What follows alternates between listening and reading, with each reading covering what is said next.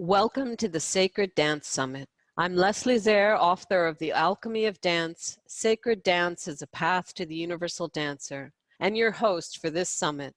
My guest today is Schirin Chams-Diba. Schirin is a mystica, dancer, yogini, healer, and pilgrim at heart. From a young age, she's followed a distinct call to embark on a lifelong journey of healing, adventure, and truth. From a long line of Persian healers and wise women, she's trained intensively in sacred dance, yoga, spiritual lineage, esoteric arts, and herbal medicine. After years of exploring the world, devoting herself to in-depth study and shaping her own practice, she feels called to share her skills in service to the greater good.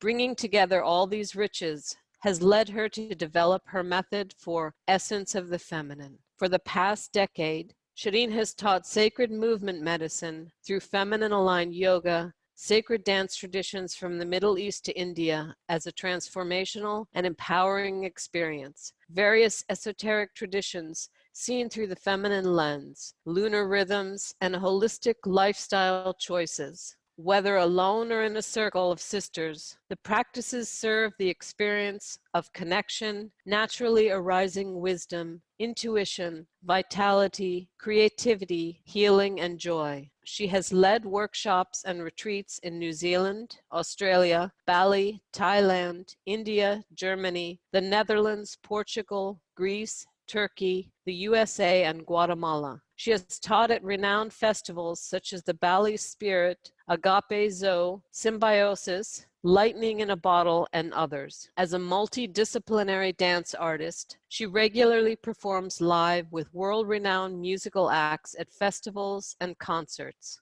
Live performance highlights include virtuoso Omar Farouk Tekbilek, Stella Mara, Caravanserai, Beats Antique, Yuval Ron Ensemble, Bedouin Jerry Can Band, Peruqua and Prawful, Rajasthan Gypsy Caravan, the cast of Jelena Carlano's Belly Dance Evolution, Phantasm Odyssey of Dreams production, and Grammy winner Hamid Saeed. Hi, Schirin. Welcome to the Hi, Leslie. summit. Thank you. Thank you so much for hosting this event, and thank you for your invitation. Thank you. Thank you for speaking to us today. I think we have a lot of interesting things to talk about. But maybe before we get too deep into it, maybe you can just say a little bit about how you got interested in dance and how you started your journey with dance. Yes, absolutely. We had a children's ballet school about 3 blocks from our house. And somehow my mother, I was about 3, she saw that I really liked to move to music and that I was really playful. And she intuitively just felt that if I joined ballet classes, I would learn how to feel comfortable in my body. I would develop awareness in keeping my spine straight, and how that would translate in me having confidence in myself and my body, just through having a straight posture, just through having that awareness. Which I think was really genius because she wasn't educated in dance. That was not her personal path ever. But she just knew that somehow the body language given through dance would have an effect on my sense of self. And she just felt that having coordination and having a self-aware presence would benefit me in the world, and that's basically why I dance. And yeah, so I started when I was 3, and it was a really playful experience. It didn't get serious until I turned about 10, and that school had biannual dance theater productions that were quite epic. And they were really archetypal also in what they offered, these incredible journeys that it took them 2 years of productions. And somehow I found myself in telling sacred dance theater from a young age without knowing that this is what we're doing. I was just really enjoying the storytelling of these archetypal rites of passage while we danced out the stories, and you know, started off with being bees when I was 4. Then we were in the animal kingdom. We were horses. Then later it was an epic journey through the east, where we were actually Egyptian folk dancers. By that time I was probably 10. And then it was a journey through space and the galaxy, and we were the wind, and then we were Martians, and it just kept going on and on. And I lived for those productions, and I actually got quite bored with the repetitive aspect of ballet classes. And so this was mainly ballet the performances were ballet? Yes, there were ballet. And the repetitive part, I remember myself standing bar as a kid, just staring out at the trees through the window and really paying attention. But I really came to life when it was about choreographies and playful, complex, imaginative things. And then eventually MTV was really big at those times, and I was a big Paula Abdul and Janet Jackson fan.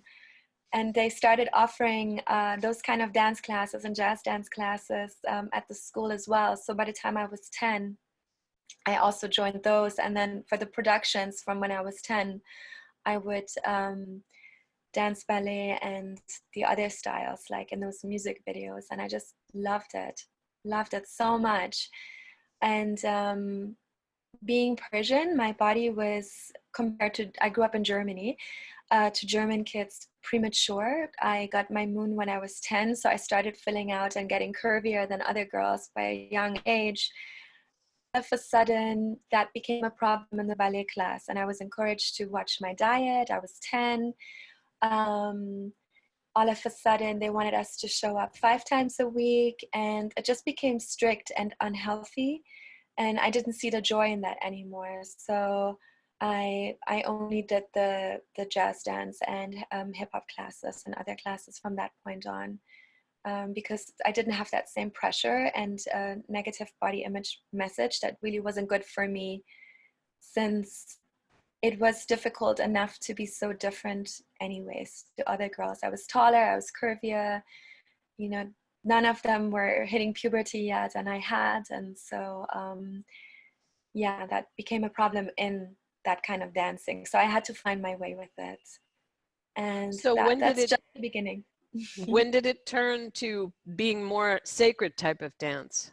When did you find that path? Well, really from the beginning, because we have the beautiful backyard. My parents still live in that house. And I just remember myself as a little girl in that backyard, especially around spring. We had cherry blossoms, and when the cherry blossoms fell from the tree, I remember myself dancing with them, and how joyful I found that, you know, or just whirling in that backyard and looking up at the trees. And so from the beginning, I had a sense of sacredness around dancing. It was just very intuitive. It was because there was no external education about certain subjects that I didn't have rational validation for everything I was feeling. That came much, much later. So in a nutshell, I moved to New Zealand when I was 20, and I studied yoga at an ashram, and I was still dancing, and I was studying herbal medicine and naturopathy and other healing modalities. And I was living outside of Auckland at the edge of a national park by beaches and forests and waterfalls. And there was something so soothing and healing for me to wake up early, go out into nature, and just move with the yoga sequences that I had learned from the Swami I was having private satsang and teachings with for so long.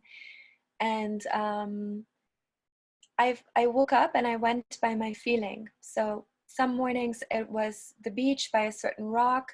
Other mornings I would go to my favorite tree. Other mornings I would go to the cliff top or to a waterfall. And then my movement practice was basically directed by the energy of that specific moment. And so I would start off doing classical hatha yoga and pranayama, but then my body just didn't want to do that. And it would turn into dance, and it would turn into dancing with, let's say, the sound of the waves or the waterfall, or it would just come through. And I had also studied a lot of Kundalini yoga. And the whole idea of Kundalini rising linear one by one through the chakras really wasn't my experience. It was more that it was spontaneous, and it was full of spirals and turns and like a vortex. And depending on the energy of the day that I would connect with, and the movements that got directed, I would feel my Kundalini moving in different ways and giving me different transmissions and insights. And I can really say what happened in those moments was that I just listened to the nature temple and that beautiful Shakti energy through nature, basically directing my spiritual practice, which developed by doing it. And I started having all these transmissions and deep memories, actually, about sacred dance traditions. And so while I was finishing my degree in naturopathy, I started using the internet. And of course, instead of writing all my assignments and homework, I would start researching into, so what other sacred dances are there? And then I started to understand there's a whole globe of cultures with sacred dance history. And I was hooked. I just wanted to know, I wanted to drink it all up. And I just had this big dream of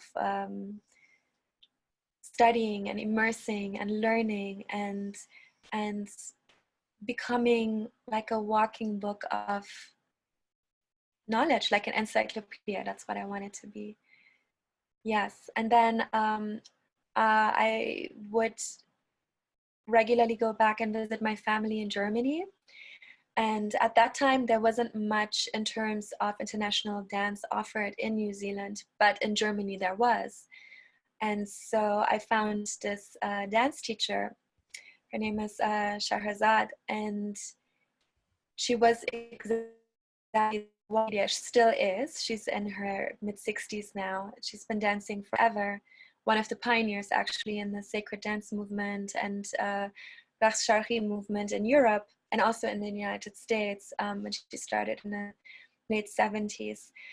And so I went to her classes when I visited my family in Germany, and loved her because she was so generous with her knowledge. And then I would go home and tell my mom how excited I was about these classes. And then she said to me, do you realize that Shahrazad is the first dancer you ever saw when you were 2 at the restaurants here? Because we had in Cologne, Germany, for the Persian and Arab community, restaurants with amazing ensembles and really, really beautiful belly dancing.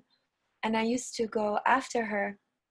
And I remember her clearly. It was like the great mother goddess had appeared in front of me, and I would follow her through the entire restaurant and just be transfixed. And I only cared about the dancer while the other kids were playing. My mom said that I would, every time we went to that restaurant, just keep asking about when is the dancer coming. And she'd say after dinner, and I said, okay, when is dinner coming? It's coming soon. So when is she coming? When we finish eating. So I would eat really fast so that she would finally come out. And so I went back to Shahrazad and said, you know, my mother said that we know each other from when I was 2, and then my entire childhood when you were dancing at that place. And she said, I remember you. You were a little girl walking after me, picking up the beads from my costume and saying, can I keep the beads, or do you want them back? And so I still have these beads. Wow.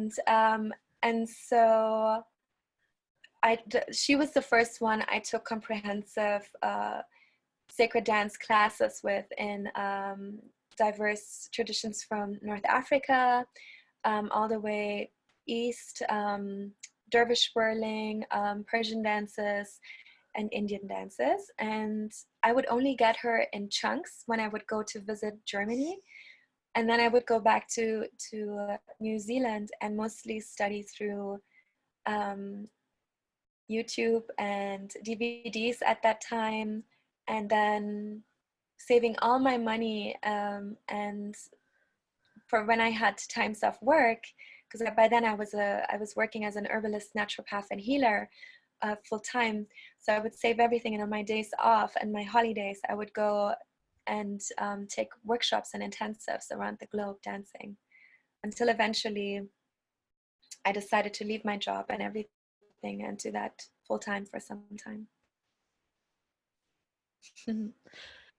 But I think it's important that your first mentor was actually the goddess herself. I think that direct connection in the beginning Yes, really very gave you much. an opening. Yeah, because I do think, yes, we can learn a lot from other people, but that direct connection, I don't think there's anything like that. And I think if you can find a balance between those two things, taking direct information and balancing that with what other people have to share, because it's good to work with other people. It's good to have perspective of other, but I do think what comes in, for me, it was a similar experience being in Egypt when things were not available, probably like when you were in Australia. And so my only teacher was the goddess herself, just because Yeah, that's what was available. But I think that's important, because we don't always have to take information from somebody else, but we can create that connection. So for you, how, absolutely. Yeah, go ahead absolutely. if you want to comment on that. Thank you. Yes, I do actually. So my experience with it all is a memory. So I know that there have been lives before, and so it's just reconnecting with that memory and with something that's been cultivated, and something that I feel a lot of us have cultivated before, and we're just relearning things to strengthen them in this lifetime. And then also, because times keep changing, as we relearn things, we're also evolving with them, because no teachings are ever stagnant. And what you said is so true, that it has to come through us, because then it's the most authentic experience, and we can really only pass on and teach what's authentic to us, what we practice ourselves, so that the power of our offerings really hits home with everybody. And you can only do that through authenticity, when it really comes from that deep place.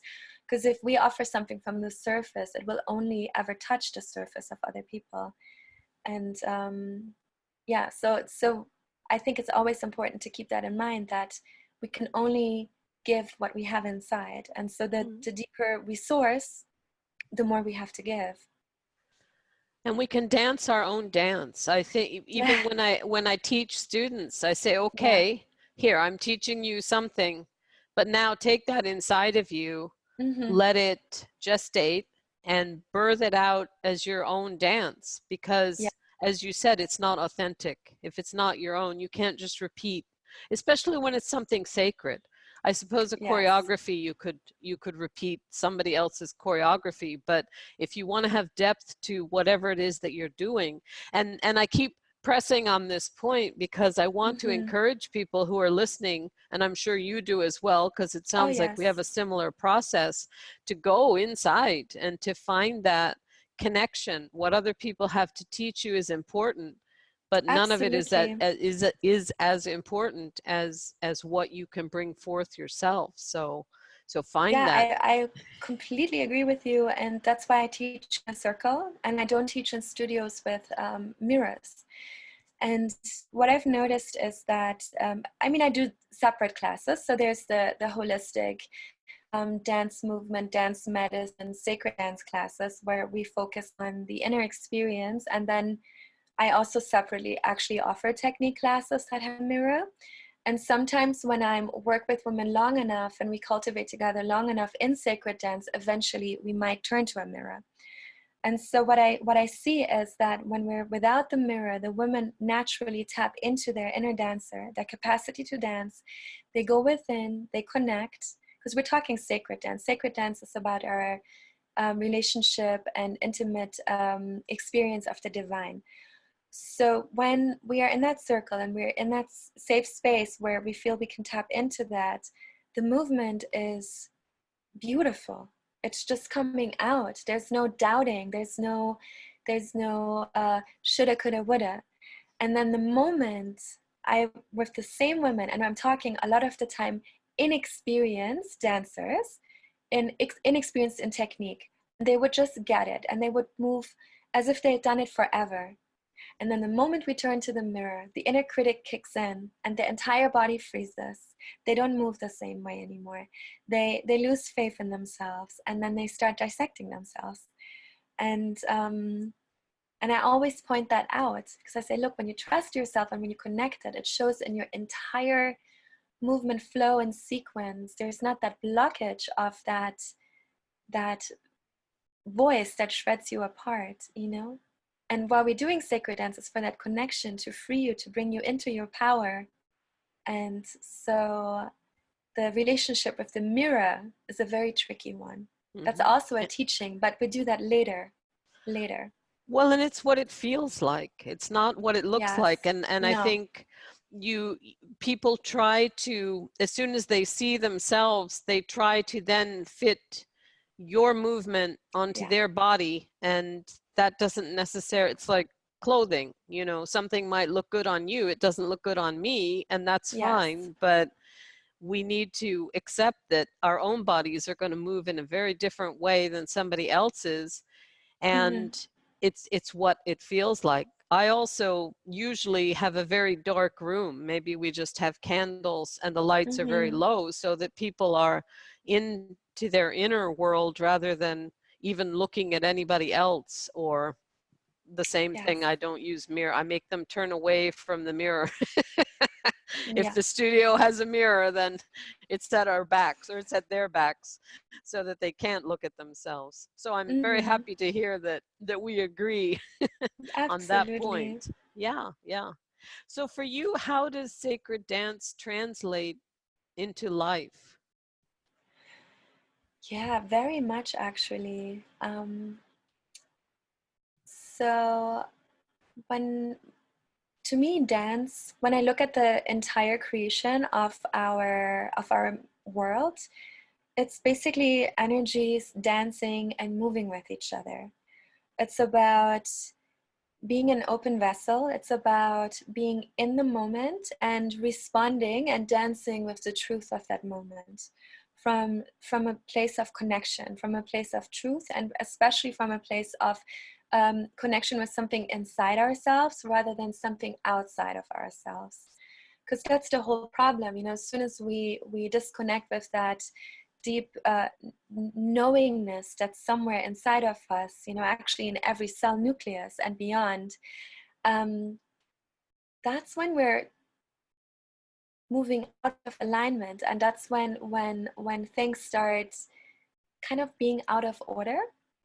And so I feel like the world is, you know, it's a place full of contrast, full of paradox. It's this human experience really is all encompassing, and we have these ideas of how things should be, how they needed to be, who we should be, and all that trauma, whether it's from our own lives or from our ancestry, or as a collective from a country, and all these stories that keep masking who we truly are. And so there's a lot of distraction from fulfilling our highest potential. And I really feel that everybody is here with a very unique makeup and a purpose in that makeup, and that together as a whole, like when we look at nature, by truly being ourselves, we fulfill this one thought that is so important to the ripple effect of everything else. So by participating in this divine creation dance, we're in dynamic relationship with all of life. We move through energies. We don't allow stagnation by moving through things, because when you look at things, as soon as they stagnate, they kind of rot, they die. And So there's a higher order in dance. You can see it in all of life around you. Even when I'm just looking outside the window, I can see the trees, the flowers and bees and birds dancing with each other. The elements dancing with the tree, so the tree can grow into its highest, best expression, you know, which already is encoded in the seed of the tree, in that little acorn, and then it becomes all of a sudden this amazing oak that's right outside my window.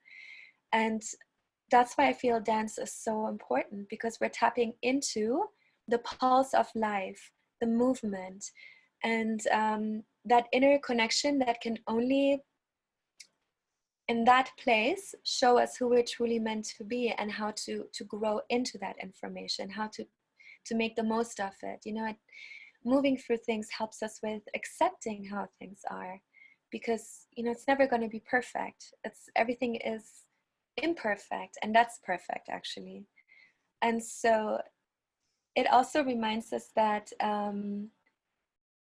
we basically, with our bodies, tell the stories of our lives, and not just of our personal lives, but by starting with our personal lives, we can tell the story of our world. And it just brings us back to an empowered place, rather than placing everything outside of ourselves, rather than feeling paralyzed and frozen in our purpose and our mission and our contribution to this world. We're an overpopulated planet, and people are feeling fragmented. They're not feeling part of something bigger. And you know, most people are struggling with knowing themselves, and starting on a personal level, starting with the family, and then, you know, just the whole subject of misogyny in women. There's not one single place on planet Earth where women are truly safe or truly allowed to be themselves. You know, you go to the West, and they're being over objectified and over sexualized, and constantly encouraged to look different, be different, and to strive for an ideal. And then you go to other countries, and women are being made invisible. And that's actually coming from the same problem, that there's this idea that being in a female body is inherently wrong. And so it has this whole bandwidth of distorted ideas, and all of that is distracting us from who we are meant to be, and how perfect we are, and how beneficial we actually act towards this world by truly being ourselves in our highest expression. And I find dance can take us to this place very imminently. And healing is a instant unfolding. It's not something that once we do it, it's forever done. It just keeps going and going. So we kind of go through layer and layer and layer. And so dancing really helps to keep blossoming like that, you know, layer through layer through layer, and allowing the energy to move through, and to dismantle in this beautiful way by moving our bodies in the creation dance of life. We unravel distortion, and we blossom into truth. And I think by taking that center internal and bringing it out, this just came to me while you were talking, because it's movement, you don't have time to think about it. So in a way, you're just dancing it, you're just emoting it, you're bringing it out. And I think there's a truth that comes out where we almost don't have time to think about how maybe it should be or what it should look like, but it just somehow comes out. And Yeah, like that's very Martha unique. Graham said. Yeah, like Martha Graham said, dance is the language of the soul. You know, that's how. Yeah. And our souls, they want love, they want the truth, they want freedom. But I think it's almost the only time where you can allow that to come through without the distraction of what it should be. Mm-hmm. It's Or very what true. a mental, because it isn't a mental process. Like to me, Mm-hmm. sacred dance is something that moves through you, or you're moving with the music. So you don't have time to think about all of these other things, or put these ideas or whatever, but it just, yeah, it is the soul expressing itself without Very time true. to think about. I think that's the problem. That's where we get caught up in other practices, is we have too much time to go into the left brain about Mm-hmm. what that should be, or who we should be, or what we should think, or what everybody else thinks in relation to that. But with Mm-hmm. dance, because it's movement, this was one of the things that I loved about Tai Chi.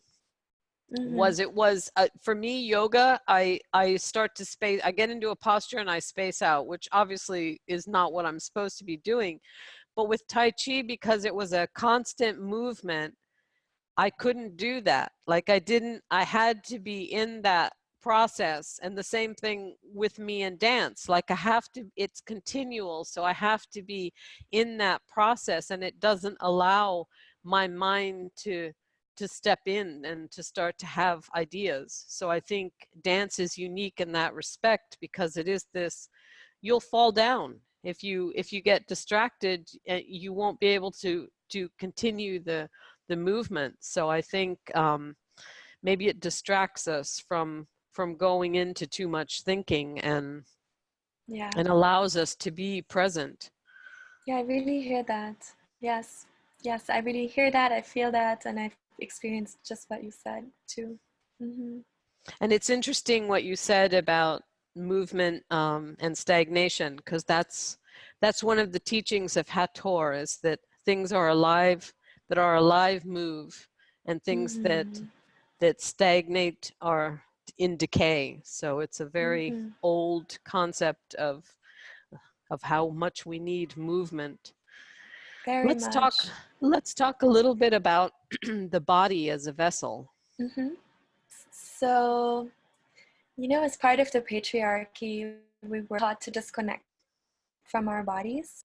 And when truly, I mean, it's really phenomenal being in this body. I really feel that it's such a gift to have an opportunity to incarnate on Earth, even though there's so much kind of obstacles and things to bump against in the physical reality. But the beauty of the physical reality is that we actually have senses, and that we can sensually, with all our senses, take in the beauty of the earth and everything. And I think it's a very unique experience to being human, and a very precious one, and one that I get a sense that when I return to the spirit world, that I will actually miss. And our senses are intelligent, they're part of our greater perception. And we actually have the opportunity to be so alive and so engaged and dynamic with life through all our senses. But when we look at disempowerment practices and patriarchy practices, it's about lulling our senses and dulling our senses, and making us feel disempowered in our bodies. You see it in, first of all, our physical connection and spiritual connection from Mother Earth being cut off. Instead of looking at the great body of the earth as something sacred, we're looking at it as something that we have the right to take from. And then how humans treat their own bodies,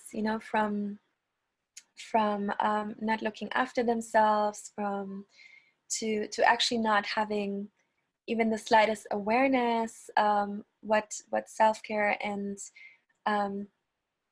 honoring the temple body means. That we're made in the image of the earth, that we're made in the image of everything that has some sort of divine order and purpose on this world. And like said, when I was doing those sacred movement, sacred dance, and sacred movement medicine practices instinctively, intuitively in nature, I realized that the transmission, it wouldn't come through my head or my mind or my rational perception. It would come through my entire body, and my entire body would speak it out. And then something I felt even more so, that for us as women, I felt it in myself, but then as I started teaching it with women, it was that the information was specifically coming through the womb and through the heart and wanting to be expressed out. And so as I was studying herbal medicine and naturopathy, I specialized in feminine reproductive health and really looked into what is the womb and what is the heart on a physiological, anatomical level, but then also on a metaphysical level. And I realized, wow, okay, so the heart and the breasts are all about loving, nurture, and giving. And then that translates out into our hands because we give touch and healing through our hands. And we express a lot with our hands also. And our hands are what we act out with and create in the world physically. So, and give it shape and form. So that's really important there. And then the whole menstrual cycle and fertility cycle and lunar cycle, and then eventually, the different stages of maiden, mother, crone, and that to look at it as only for reproductive purposes is very limiting, and that actually we can, with that energy that comes through there, we can source from direct knowledge from the wisdom of the earth, of the sacred feminine, of our ancestors, for the ones that are with us right now, and for the future. So it's like a wellspring of wisdom that is so intrinsic inside every single woman, whether we have the physical organs or not. And then I realized, wow, actually, all my hopes, visions, dreams, prayers, healings, I can conceive in my womb, let it gestate and birth over and over again. Okay, now I'm realizing what's going on. Okay, now I'm realizing why actually women have been cut off from their bodies, because that's a lot of power. Mm-hmm. And this inherent feminine birthright, basically we're made in the image of the goddess, because she constantly conceives, gestates, births, and loves and nurtures. And that's how the world actually exists, and that's why we have what we have these days. We have humanity because women have been keeping it together and going. Everybody comes from a female body. So if we reclaim this part, where we truly, truly, truly source from the heart and the womb, and then of course the other parts that are connected to that, and the mind only becomes part of the toolkit. Wow, what we're capable of and what we can do, instead of allowing to continue this story of the woman's body is pathological, it needs to be controlled, it's shameful, it's dirty, it's a curse, it's this, it's that. So that was the main objective, and really a revolutionary revelation to me in my early 20s. And then I was looking at systems like yoga and other spiritual traditions, and I thought, how come none of these very powerful esoteric energy medicines actually source from the womb and the heart? How's that possible? And then eventually I found one tradition being Taoist practices. Even before I found that, I actually felt the only practice that really sources from that is belly dance. Is that we move with the body part where the womb is seated, our pelvis. That's cultivation of the womb energy. And then all the movements we can do with our pelvis, we can also do with our chest. And I felt like, wow, this makes sense. This is like a dance in our own bodies of these two major vessels that dance together. They're like best friends. And then I was also studying Ayurveda, and I read this quote that women are considered for having two hearts or two wombs. And the intricate connection between that heart-womb relationship and what it only touched upon what it means. But again, by practicing it, I started feeling what it actually means. And that was finally my understanding of, okay, this is sacred feminine practice. Mm-hmm. So by cultivating heart womb energy, by giving it its power back, by honoring heart womb medicine, by reclaiming our birthright to work with our heart womb medicine and to fully own it, cultivate it, and strengthen it, by encouraging other women to do this, by sourcing all our wisdom and inner guidance from what comes through our heart womb, by feeding all our projects, healings, hopes, dreams, visions, and prayers for ourselves. And there's enough for everybody to go around because it's a never-ending wellspring. This is how we translate the body vessel into actually changing the world. This is true feminine empowerment. It starts with our hearts and our womb and our bodies, because we're so creative. We keep birthing people, we keep nurturing and loving people, and that's it. That doesn't help. We need to source it for more, and we're actually capable of doing so. And just that reclamation, I think, is going to have, one by one, incredible ripple effects out into the face of the planet. It's just going to take a little bit of time. Yeah. And the best way to disempower people is to make them think that what they have is not important. Exactly. Because if it's not important, they aren't going to use it. So if your womb is not important, you're not going to think about, well, what else can I do with it besides birth a baby, or what kind of energy do I have there, because you're just made to believe this isn't important. Or the same thing was done like with intuition. Well, that's not important. So then everybody just sort of lets it go to the side and let it go because they believe it's not important. So yeah, it's we have everything we need, and we always have. It's just coming to the awareness that we do, and to honor it within ourselves. I mean, I think that's a big problem amongst women, is instead of striving to go out and be the CEO of a company, why not just see the gifts that you already have and re-energize them or use them, and you will have everything, really. Yeah, I mean, everything that we're given is like a muscle. Use it or lose it, you know. And the more we give energy to something, the sky is the limit. There's so much that we haven't even sourced with yet, you know, that. And I mean, it's really about whatever is the authentic calling, whether it's being a CEO or something else, you know. When we give it that heart womb wisdom and creation and loving nurture powers, I just feel like we haven't even tapped into our potential yet, you know? No, we haven't.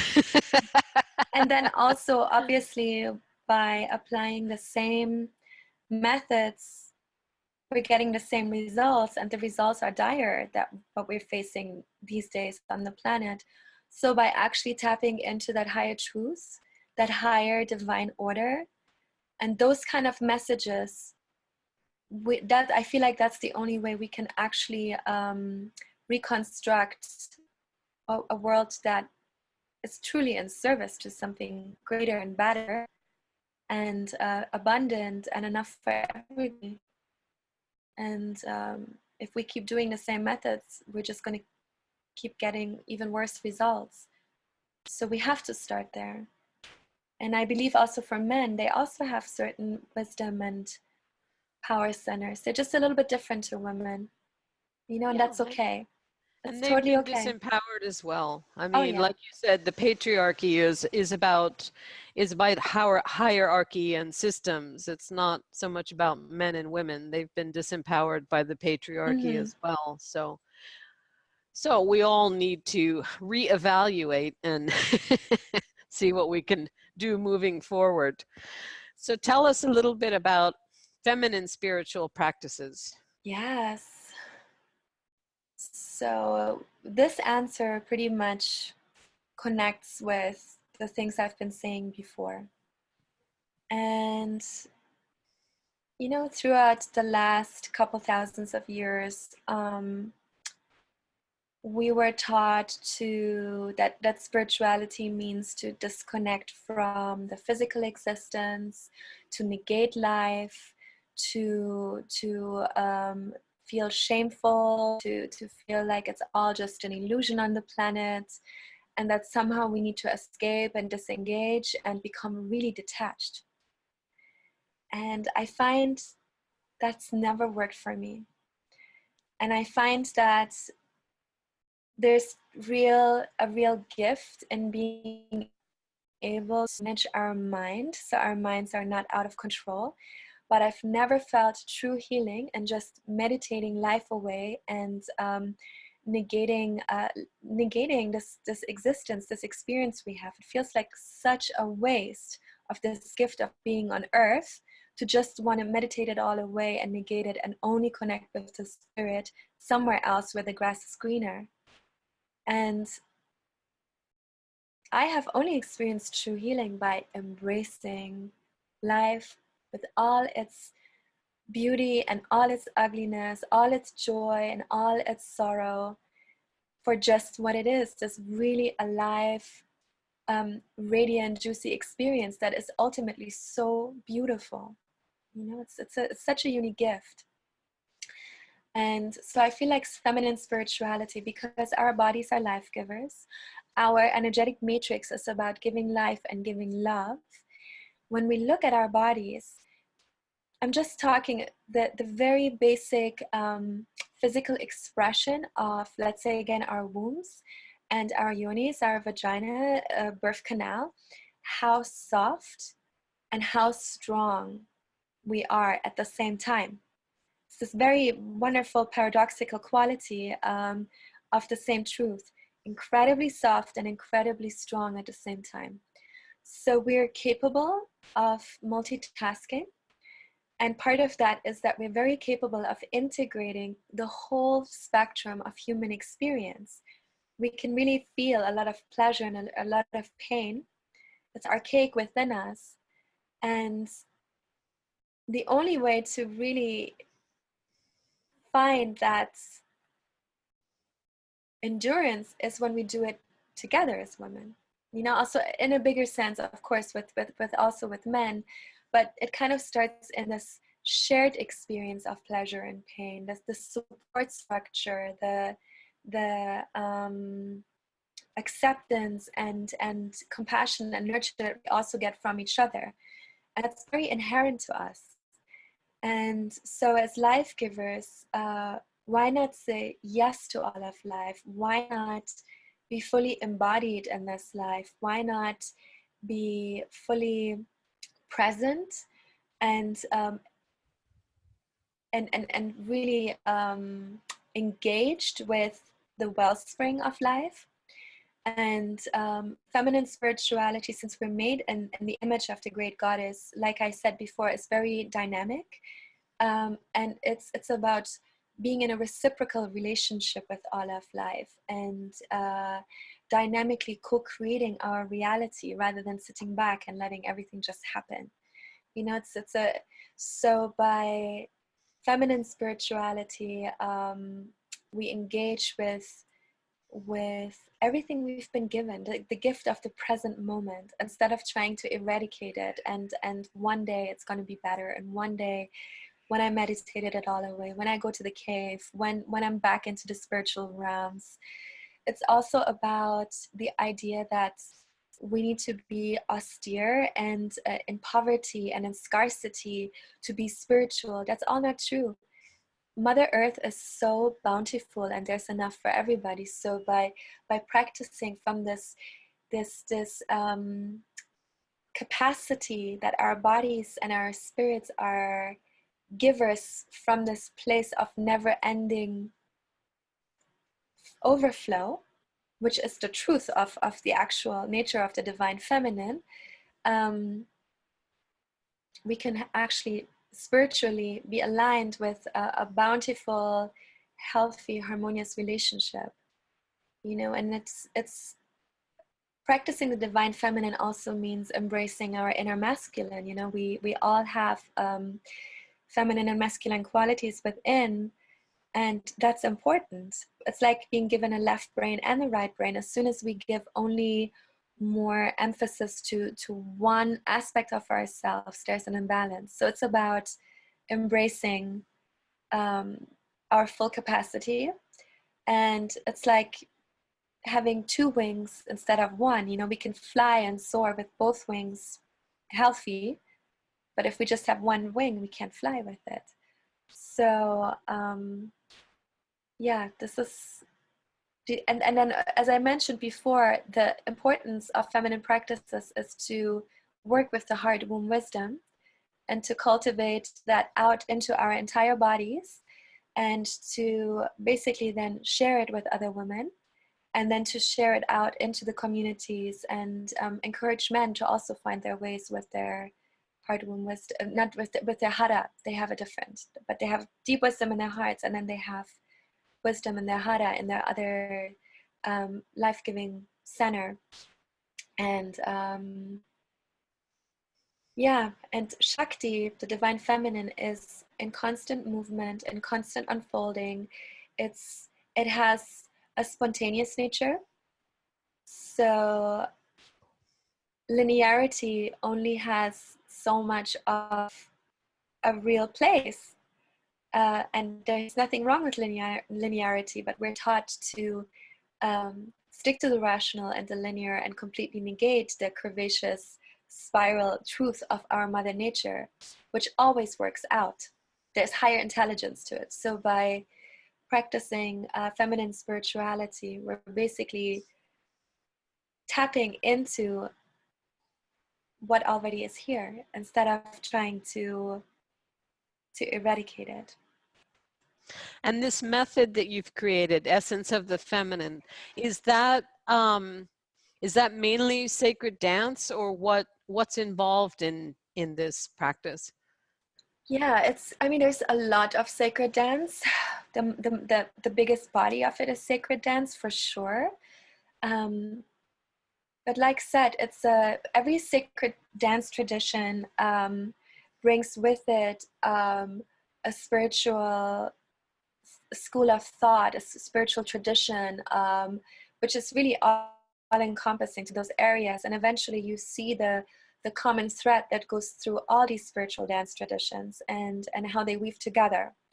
And so it's definitely a very holistic offering, not only that it works with body, mind, spirit, soul, and heart, but it's very educational in a sense that we're really getting to know the all-encompassing background of why these dances are what they are, why in specific lands specific dances are being practiced, what's their history, what's the energy of that land that even inspired people to cultivate in such a way. So, and then I teach a lot of heart womb based practices to drop into the body. So all the movements really come from this emptying out of our inner vessels, and then sourcing through that creative energy and truth of our hearts and wombs. And then there's a lot of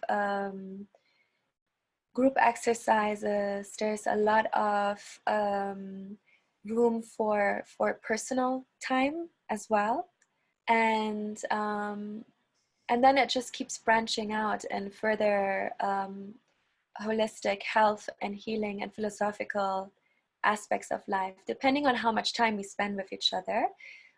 And so when I design my classes, workshops, or even bigger retreats, I always try to weave it into that time frame so that there's a rounded experience of whatever it is that we're working with. So it's a balancing act. But like I said, this is how I experience sacred feminine practice, as all-encompassing. And therefore, this is how I'm passing it on. And yeah. And that's where we started, that it needs to come from your own experience. Yes. No, it sounds wonderful. Thank you. Let's do you have events coming up? Let's share that information.